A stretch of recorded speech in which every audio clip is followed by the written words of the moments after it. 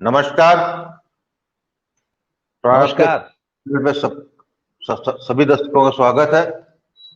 मेरे स्क्रीन के दूसरे भाग में अजीत सिंह जी उर्फ बाबा रामदास जी हैं और आज हम उनसे चर्चा करेंगे आदि पुरुष पे। अजीत सिंह जी जहां पर एक बढ़िया लेखक हैं, कुश्ती के पूर्व कोच भी हैं और अब तो उन्होंने जो है संन्यास भी वानप्रस्थ ले लिया है, लेकिन फिल्म की भी बहुत अच्छी इनको पकड़ है और अच्छी फिल्म मतलब जो कलात्मक फिल्म कहते हैं उस पर इनकी बड़ी अच्छी पकड़ है, इनकी बड़ी अच्छी पसंद भी है। तो मैंने सोचा कि आज जो है आदि पुरुष में बात करने के लिए ऐसे ही कलात्मक व्यक्ति की आवश्यकता है, क्योंकि पिछले 48 घंटे से पूरे भारत में आदि पुरुष को लेके तरह तरह की बातें हो रही है, जिसपे मेरा भी अपना एक व्यू है। तो मैं आज जो है अजीत सिंह भाई से ये पूछना चाहूंगा कि पहले ये बताइए अजीत भाई कि ये आदि पुरुष क्यों बनाई क्यों गई है?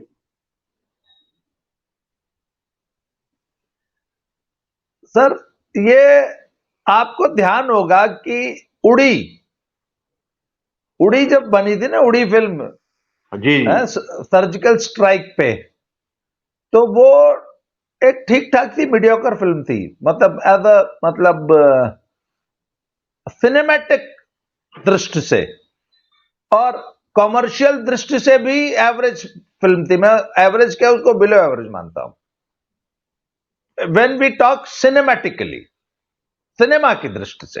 जी परंतु वो एक बहुत बड़ी मेगा हिट सिर्फ इसलिए हुई क्योंकि उसमें जो कथानक था, जो नैरेटिव था, वो नए उभरते जो भारत का जो नैरेटिव पसंद है ना, जिसे हम कहते हैं ना, वो सनातन हिंदू समाज और राइट विंग जो एक नया वर्ग जो अभी बहुत एग्रेसिव होकर उभरा है समाज में, जब से स्पेशली सोशल मीडिया का जमाना आया है और pro BJP, pro Modi, pro Sanatan, pro right wing जो ऑडियंस है, उसको फीड करती थी वो फिल्म। और वो एक, it was a surprise hit and it was a very big hit, जबकि उसका बजट बहुत कम था। मैंने सुना मात्र 20-25 करोड़ की फिल्म थी।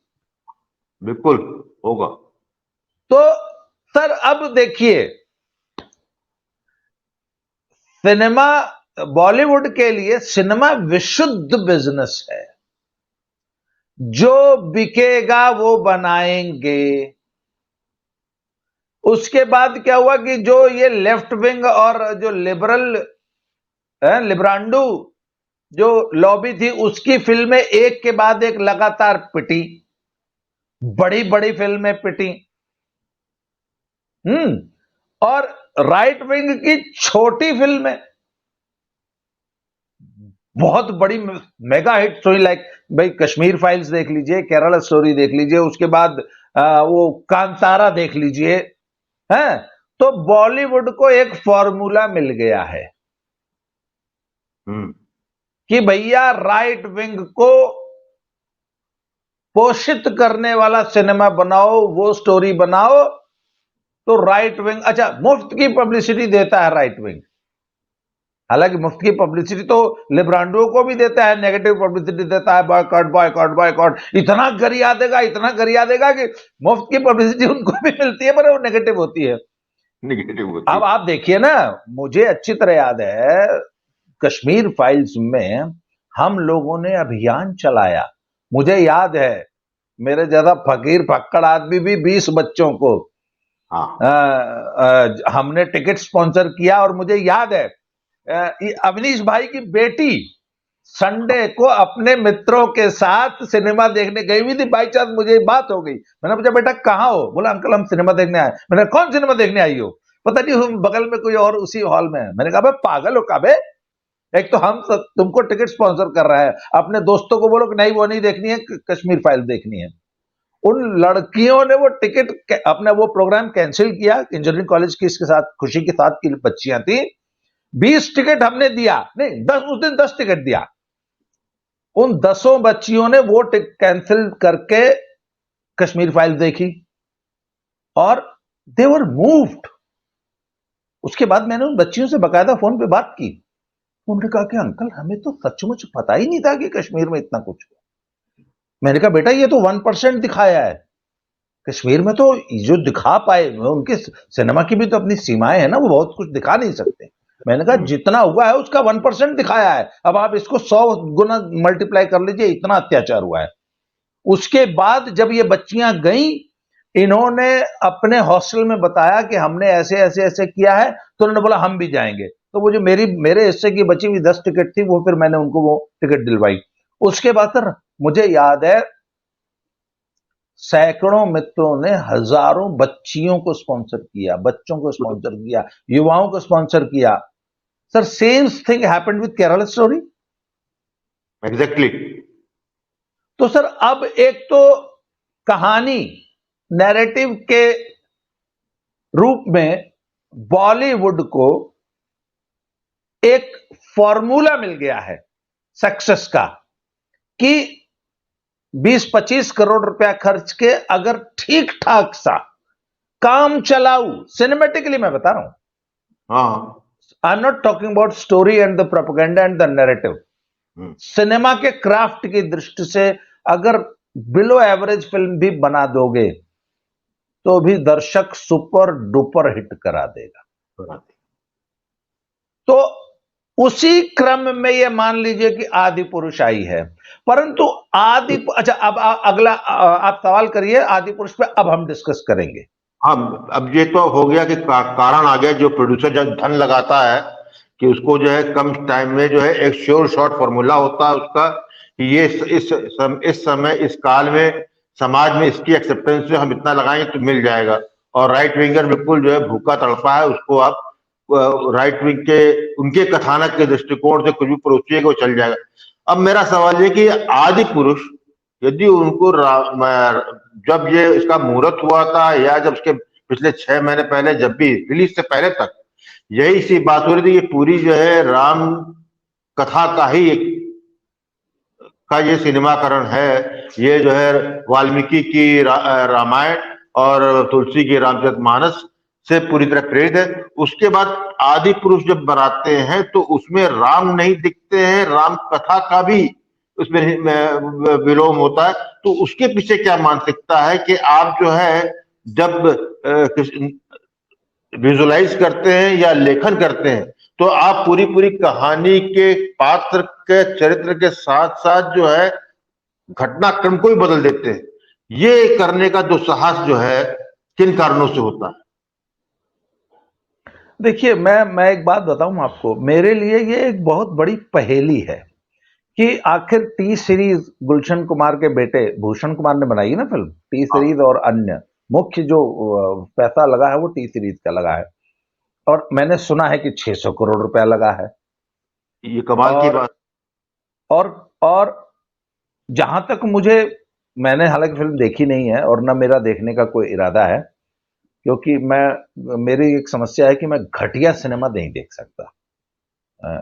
मेरे लिए सिनेमा एज अ क्राफ्ट है, मैं इस पे अभी आगे चल के इलैबोरेट करूंगा। परंतु जैसा कि लोगों ने बताया है कि एक तो वो सिनेमैटिकली बहुत ही घटिया फिल्म है, कथानक पे फिर भी बाद में आएंगे।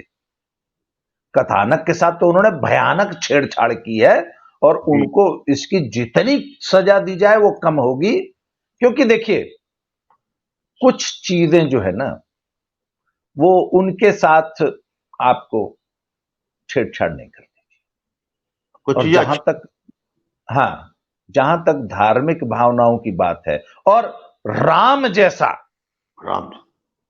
जैसा चरित्र, राम सब भारत के रोम रोम में बसते है ना, मतलब हमारे सबसे बड़े प्रेरणा स्रोत। आप राम के बिना भारत की, भारतीय संस्कृति की, सभ्यता की, भारत की कल्पना भी कर सकते हैं क्या राम के बिना? मतलब राम को हम लोग मर्यादा पुरुषोत्तम कहते हैं भाई, है ना? बिल्कुल। Ram is a role model for our society. मेरे ख्याल से भारतीय जनमानस की आत्मा में पैदा होते ही राम जो है समाहित हो जाते हैं। हाँ बिल्कुल, राम से बड़ा कैरेक्टर की आप कल्पना भी नहीं कर सकते। और अगर आप राम कथा से छेड़छाड़ करते हैं, और मैं एक बात बताऊं, देखिए, राम के अतिरिक्त, राम तो फिर भी पुरुष है ना, जहां सीता मां की बात आ जाती है, जहां सीता मैया का जहां जिक्र आ गया, माता सीता का, उस मामले में भारतीय जो है ना, हिंदू, और मैं आपको एक सच्ची बात बताऊं, मैं हिंदू की बात नहीं करता हूं, मेरी बहुत सारे क्रिश्चियन से, बहुत सारे मुसलमानों से और कट्टर मुसलमानों से भी बात हुई है। मेरी बहुत सारी मुस्लिम महिलाओं से बात होती है इस विषय में, कॉलेज स्कूल गोइंग गर्ल से मेरी बात हुई है। वो भी जब सीता मां का जिक्र करती हैं, जब सीता जी का कैरेक्टर वो डिस्कस करती हैं ना, तो वो भी भाव विभोर हो जाती हैं। और यदि आप सीता जी को, माता सीता को रोमांस करते हुए या ग्लैमरस कपड़ों में, है ना, तो सीता जी की एक छवि है ना हमारे दिमाग में, तो उसमें हमें अपनी मां, अपनी दादी दिखाई देती और पूरे 14 साल तपस्विनी, हाँ, जहाँ तपस्वी की तरह उन्होंने 14 साल निर्वाह किया, वहां पिताजी ने भी हाँ, 14 वर्ष हाँ, जो है तपस्विनी की तरह रही है। तो उसमें ये जो प्रेम का जो नई परिभाषा है, उसके तहत जो है अनुराग स्नेह की जगह जो उन्होंने वासनात्मक प्रेम की जो छाप छोड़ी है, कोई भी इसको स्वीकार नहीं करेगा। ये हमारी छवि में आती है। नहीं नहीं, ये तो आपने सीधा सीधा हमारे मर्म पे हाथ लगा दिया ना। मतलब ये इतना बड़ा अक्षम्य अपराध है कि यदि आप राम और सीता की छवि से छेड़खानी करते हैं, उनकी छवि को बदल रहे हैं, मतलब आप सीता मैया को, अरे भैया ठीक है, मेरे मां और पिता ने भी रोमांस किया है, मेरे दादा दादी ने भी रोमांस किया होगा, परंतु वो पर्दे के पीछे का विषय रहा है। मुझे उस रोमांस को दिखाने की जरूरत नहीं है आपको। तो यदि आप सीता मां को बाल खोले हुए हैं, एक कामुक सी यूनिफॉर्म पहना के, जहां उनके कंधे दिखाई दे रहे हैं, और देखिए हमारे मन में कौन सी सीता मैया रची बची है, रामानंद सागर की रामायण वाली। आप दीपिका चिखलिया को, मतलब उनकी छवि को याद कर लीजिए, बिल्कुल हमारी सीता एग्जैक्टली वो है। एक बार वो बता रही थी कि वो जो लक्ष्मण का जो कैरेक्टर प्ले कर रहा था वो, और वो ऑफ शॉट कहीं साइड में हो रहा था, कहीं शूट हो रहा था, तो वो लक्ष्मण से ना बड़ा खुल के हंस हंस के बातें कर रही थी। पब्लिक ने उनको दौड़ा लिया और लक्ष्मण जी पिटते पिटते बचे थे। ये तुम्हारी हिम्मत कैसे हुई, तुम सीता मैया से ऐसे बात कर रहे हो? तुमने बोला भाई साहब ये अभी शूट नहीं चल रहा है और हम लोग सामान्य लोग हैं, वी आर एक्टर्स। बोला एक्टर नहीं हो तुम। मतलब भारत ने अरुण गोविल को कभी एक्टर माना ही नहीं। सही कह रहा है, मतलब उनमें रामी देखा उसका, और अरुण गोविल उसका पिक्चर में काम भी नहीं कर पाए क्योंकि उसके बाद दीपिका चिखलिया और अरुण गोविल का एक तरह से कैरियर खत्म हो गया, एक्टिंग का career, because people could never accept them anywhere else. Yes, और यही जो आपने बात कही अजीत भाई, बहुत बड़ी बात कही है और जो बिल्कुल सत्य भी है भारतीय जनमानस में। इसीलिए जब उनकी छवि को भ्रष्ट करने का प्रयास इतने, मैं कहना चाहिए बड़ी फुअर तरीके से की गई, तब लगता है कि इस फिल्म के पीछे जो है कुछ खेल और दूसरा था। खराब पिक्चर बनाना, वो करना अलग है। ये 600 करोड़ 200 करोड़ की भी पिक्चर मुझको, जो जितने मेरे तो कुछ लोगों ने देखी है और जो वीआर उसके देखे हैं, उसे स्पष्ट है कि इसके अंदर बहुत लंबा गेम पैसे का भी हुआ है। इसमें मेरे ख्याल से मनी लॉन्ड्रिंग भी लग रही है इसके अंदर। तो सिनेमेटिक पुअर के साथ साथ इसमें सारे कुकर मुझे समझ में आते हैं। और फिर आखिर में एक चीज और देखिए कि जहां पर जब पब्लिक का पूरे भारत से, हर वर्ग से जब इसकी जो है कटु आलोचना आने लगी, तो उसका ये आपके मनोज मुंतशिर जो उसके लेखक है, वो टीवी पे आए, और मैं जब आए थे, मैं देख रहा था तो मुझे लगा कि क्षमा मांगने आए हैं जनता से, लेकिन उतनी बड़ी घृष्टता से जो है क्षमा मांगने की जगह जो है अपने को डिफेंड कर रहे थे। ये मुझे समझना, ये कौन सा हमारी मानसिकता कहां से आई है कि घृष्टता पूर्वक आप जो है हम पे, हमारे हिंदू के नायक नायिका सनातन पे आप जो है कीचड़ उछालते हैं और घृष्टता पूर्वक उस पर अट्ठास भी कर रहे हैं। देखिए, वो तो मनोज मुंतशिर की भयानक थेथरई है। मुझे एक बात याद आ गई। मैं पिछले दिनों मुझे मिथिलांचल में जाने का अवसर मिला, तो मुझे वहां पे, और यकीन मानिए मुझे ये सब बातें मालूम नहीं थी, मेरे जैसे घूमे फिरे हांडे हुए आदमी को भी ये बातें मालूम नहीं थी। तो जब मैं मिथिलांचल गया, तो वहां पे मुझे बताया गया कि यहाँ के लोग अब हम लोगों की दिशा में, मतलब अयोध्या जी की दिशा में लड़की नहीं ब्याहते हैं, मतलब मर जाएंगे पर अपने यहां से जो है नॉर्थ साइड में लड़की नहीं जाती। लड़की जब भी जाएगी वो साउथवर्ड्स और इधर दूसरी दिशा में जाएगी। तो हमने पूछा क्यों? बोला अरे एक लड़की तो उन्होंने दिया गया बस। मतलब सीता माँ का जो तुम लोगों ने हाल किया है अयोध्या वालों ने, तो मैंने कहा अब तक गुस्सा है, अब तक इतना आक्रोश है मिथिला में? कहते हाँ, मिथिला आज भी उतनी ही आक्रोशित है जितनी तब थी। उसके बाद तब मुझे बताया गया कि आज भी विवाह गीत जब गाए जाते हैं तो राम को वो गाली दी जाती है कि भाई साहब, आदमी, शरीफ आदमी कान धो लेगा।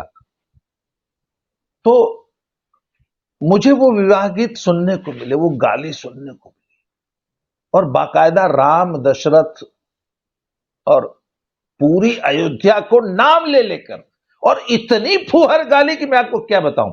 पर मुझे वो आक्रोश समझ में आया और मुझे बुरा नहीं लगा।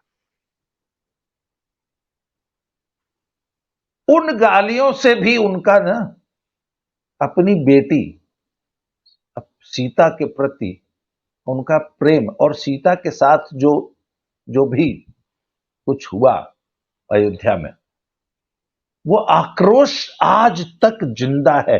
अब भी वो घाव हरे हैं।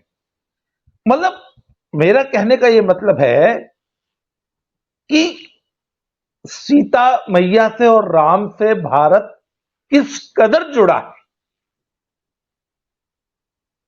और उन जख्मों को आप कुरेद रहे हैं। मतलब हाउ डेयर टू टच। समस्या ये है। और एक बात बताऊं आपको, sorry I am getting emotional. नहीं, आप समझ लीजिए। और एक बात बताऊं भाई, आपको सिनेमैटिक फ्रीडम चाहिए, आपको सिनेमैटिक लिबर्टीज लेनी है। श्याम बेनेगल ने फिल्म बनाई, श्याम बेनेगल को बोला गया कि आप फिल्म बनाइए, तो उन्होंने बोला महाभारत में फिल्म बनाइए। तब श्याम बेनेगल चूंकि आर्ट फिल्मों के निर्माता थे, बड़ी सीरियस उनका कंटेंट होता था, तो निर्माता ने कहा कि अगर इनको हम पीरियड फिल्म इनसे बनवाएंगे तो ये तो कबड़ा कर देंगे, क्योंकि कमर्शियली वो इतनी बड़ी हिट नहीं होनी है, पर बजट बहुत बड़ा हो जाएगा। तो उन्होंने क्या खूबसूरत सर महाभारत को वर्तमान परिप्रेक्ष्य में इससे बढ़िया कोई कंटेम्प्रेरी मूवी नहीं है। कोई कंटेम्प्रेरी, मतलब महाभारत हूबहू उतार के रख दी है उन्होंने। कलयुग फिल्म का नाम है। और अगर मैं भारत की सबसे 10 बेहतरीन हिंदी सिनेमा की 10 सबसे बेहतरीन फिल्मों की जब सूची बनाता हूं, तो उसमें कलयुग हमेशा टॉप पे रही है।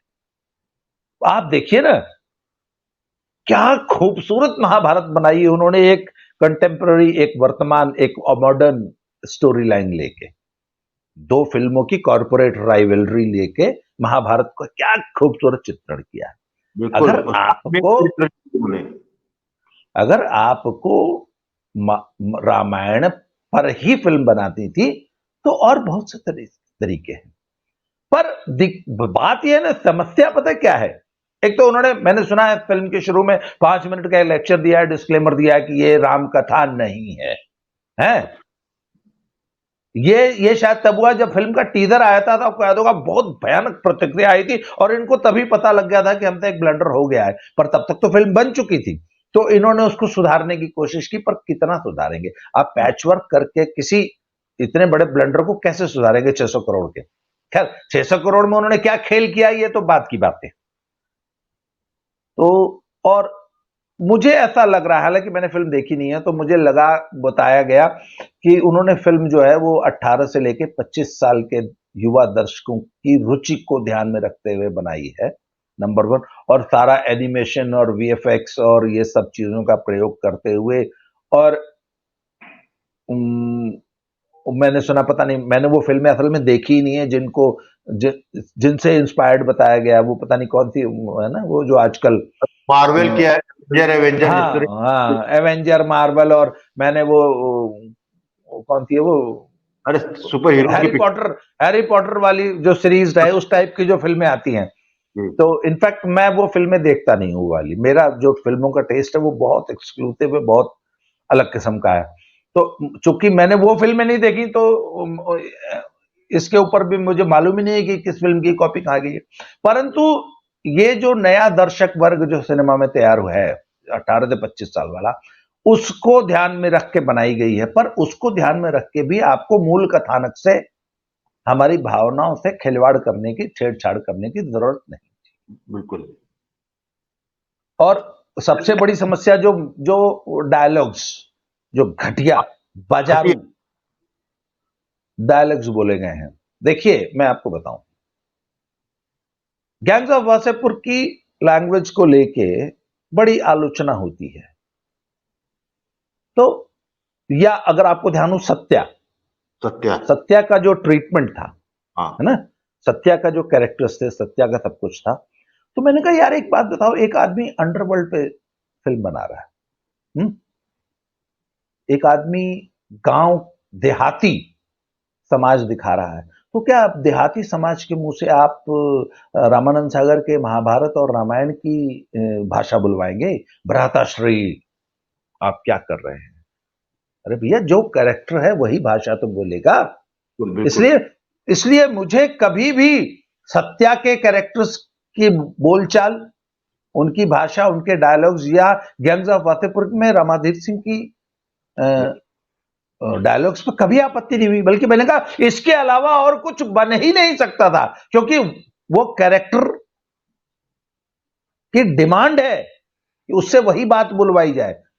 पर आपको हनुमान जी से, रामायण के चरित्रों से, ये छपरी भाषा, ये बाजारू सड़क छाप डायलॉग्स, ये आइडिया इनको दिया किसने? तो यही तो है कि सोच क्या थी, इसके पीछे सोच क्या थी। यदि आपने उस वर्ग के लोगों के लिए बना भी रहे थे, तो एक तो आज से 30 साल पहले जापान में एक एनिमेशन मूवी बनी थी रामायण पे, वो तो बच्चों के लिए थी, उसको बड़ों ने भी देखा। रामायण जो है किसी कालखंड किसी में कैद नहीं है, और ना किसी वर्ग की है। ये सोच भी जो है बिल्कुल हमको घटिया मानसिकता बाजारीकरण की है, कि जहां पर आप एक वर्ग को टारगेट करके आप जो है रामायण या राम कथा या राम कथा के चरित्र इस पे बंधे हुए नहीं है, ये यूनिवर्सल है। यस।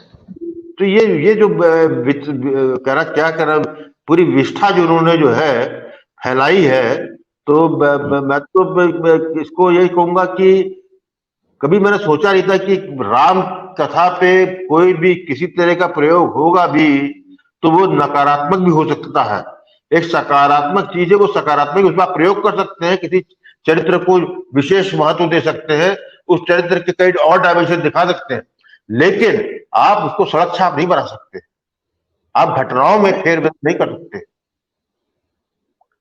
एक और सफाई कल मनोज मुंतशिर ने दी है कि मैंने तो 1000 डायलॉग लिखे हैं, पर आप लोग तो मात्र 5 डायलॉग्स को पकड़ के बैठ गए। ठीक है, कुछ खराब हो सकते हैं, पर उस फिल्म में 3 घंटे की फिल्म है, आखिर बहुत कुछ अच्छा भी तो है। तो मैंने उसका, अपने एक मित्र ने मुझसे ये सवाल किया कि हम सिर्फ उन 5 डायलॉग्स पे क्यों फोकस कर रहे हैं, फिल्म में बहुत अच्छी बातें भी हैं। मैंने कहा एक काम करो ना, बहुत अच्छी डिश बनाओ, है पूरा 1000 लोगों के लिए पूरा कड़ाहा भर के शाही पनीर बनाओ, और उसमें बस थोड़ी सी, इतनी सी, सिर्फ 1 चम्मच, बल्कि उससे भी कम कुत्ते की पोटी डाल दो। बोलो अरे यार, कढ़ाई भर के शाही पनीर बनाए, ये इतनी सी पोटी आप लोगों को इतनी परेशान कर रही है, कोई खा नहीं रहा है। अरे भैया, आपने कितनी ही बड़ा उत्तम उदाहरण दिया है आपने, जो बिल्कुल इसका कोई और लॉजिक, इसका कोई और दूसरा हो भी नहीं सकता है कि आपने चाहे जो बेहतरीन बनाया हो, आपने जरा सी गंदगी उसमें डाल दी ना, वही पर्याप्त है पूरी डिश को खराब करके और नाली में फेंक दिए जाने के लिए। और एक बात बताऊं, और दुनिया भर, ये इतनी मूर्खतापूर्ण इन्होंने काम किया है। आपको मालूम है, नेपाल ने सभी भारतीय फिल्में अपने सिनेमाघरों तक उतरवा दी हैं कल। तो बिल्कुल सही, उचित किया। और जहां तक मेरी सूचना है कि बाबा तो इतने नाराज थे, जोगी जी तो इतने नाराज थे कि यूपी में हो सकता है आजकल में फिल्म बैन हो जाए, अगर उन्होंने तुरंत इस डैमेज को कंट्रोल नहीं किया तो। बहुत बिल्कुल, मुझे विश्वस्त सूत्रों से पता लगा है, योगी जी बेहद सख्त नाराज हैं, और वो नाराजगी जायज है। बिल्कुल जायज है, इसमें कोई शक की बात नहीं है। मैं आखिरी बस 1 मिनट के लिए मैं एक आखिरी सवाल पूछूंगा कि क्या इस घटना के बाद भारत में राम के चरित्र को लेकर, राम कथा पे फिल्म का बनना बंद हो जाएगा? क्योंकि कभी कभी ये लगता है ये पिक्चर बनाई इसीलिए गई है ताकि कोई दूसरा जो है अब राम पे जो है फिल्म ना बना सके। नहीं, कुछ वर्ग इससे आपको याद होगा 80 के दशक में कलयुग की रामायण बनाई थी मनोज कुमार ने, है ना, and that too was very bad experience, very bad, third class picture थी। और तब तो सिनेमा भी नहीं था, आई मीन सोशल मीडिया भी नहीं था, तो कॉल्ड बायकॉट गैंग भी नहीं था, ना फ्लॉप हो गई थी। तब भी भारत के समाज ने स्वीकारा नहीं था, उस फिल्म को रिजेक्ट कर दिया था, जबकि मनोज कुमार की जो इमेज थी वो देशभक्त व्यक्ति की थी, वो देशभक्तिपूर्ण फिल्में बनाया करते थे। पर जब उन्होंने राम कथा से छेड़छाड़ करने की कोशिश की तो उस जमाने में भी उनको रिजेक्ट किया गया था। नहीं, रिजेक्ट ही नहीं किया, उसके बाद मनोज कुमार का कैरियर ही खत्म हो गया, और उसके बाद यस आखिरी फिल्म थी ये मनोज कुमार की। देखिए, मैं एक बात बताऊं आपको, रामायण और महाभारत से बेहतरीन स्टोरी इस धरती पे कोई हो ही नहीं सकती। इन दोनों स्टोरी लाइंस पे आप 1000 फिल्म बनाइए, सब की सब हिट होंगी। मैं आज आपको बता रहा हूं, यदि आप मूल कथानक से और स्टोरी की मूल भावना से, आत्मा से, मूल जो स्टोरी की जो आत्मा है उससे छेड़खानी मत कीजिए, तो ये फिल्म गलत बन ही नहीं सकती। अगर आप, वही बात है, मूल भावना से, मूल आत्मा से अगर आपने खिलवाड़ नहीं किया, तो मुझे तो ताज्जुब होता है कि आज तक हॉलीवुड के फिल्मकारों ने इस स्टोरी को क्यों नहीं लिया अब तक। क्योंकि मुझे मैं उस दिन के इंतजार कर रहा हूं जिस दिन हॉलीवुड जो है महाभारत और रामायण को अपने हिसाब से, पिछले दशकों में इस पे काम हुआ, लेकिन वो खुद इतना ज्यादा मटेरियल है कि वो खुद इस चीज को स्वीकारते हैं कि इसमें धन के साथ उसको जो है संग्रहित एक फिल्म में 3 घंटे में समेटे नहीं है। उसको तो लॉर्ड ऑफ रिंग्स टाइप की जो है सीरीज या स्टार वॉर्स की जो सीरीज बनती है 8-9 फिल्मों की, तब जाके आप उसको जो है कुछ कंडेंस रूप से सही दृष्टिकोण से सामने ला सकते हैं। इसके प्रयास काफी किए गए, लेकिन उसको जो है हिम्मत नहीं पड़ पाई किसी व्यक्ति की।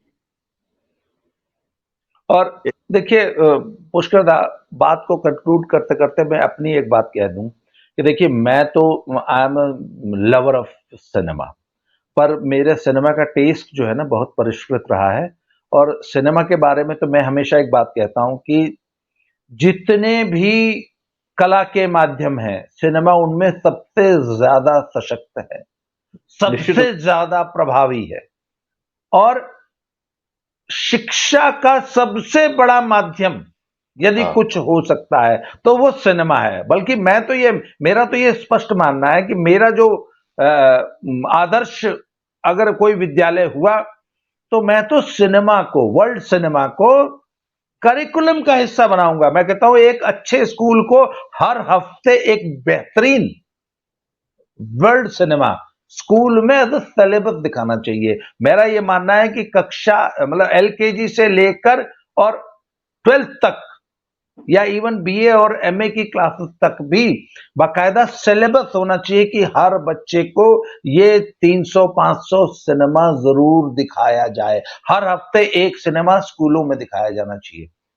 सिनेमा शिक्षा का इतना बड़ा माध्यम है। बिल्कुल, मैं आपके इस बात से पूरे सहमत हूं। इस पे हम लोग पहले भी बात कर चुके हैं। निश्चित रूप से सिनेमा जो है क्योंकि विजुअल मीडियम है और सबसे शक्ति कारक भी है, तो इसी के साथ जो है हम आज की जो है श्रृंखला बंद करते हैं और इसी विषय पे अब जो आदि पुरुष की और जो बातें होती है, कोई नवी चीज होगी तो उस पर फिर मैं आपको आमंत्रित करूंगा। इसी के साथ जो है दादा जी, ये तो चलिए आज की जो बातचीत थी ना वो आदि पुरुष पे फोकस थी। मैं बहुत दिनों से चाहता था कि मैं और आप ना एक दिन वर्ल्ड सिनेमा पे एक बढ़िया सी पर चर्चा करें। बिल्कुल, ये बिल्कुल वादा है।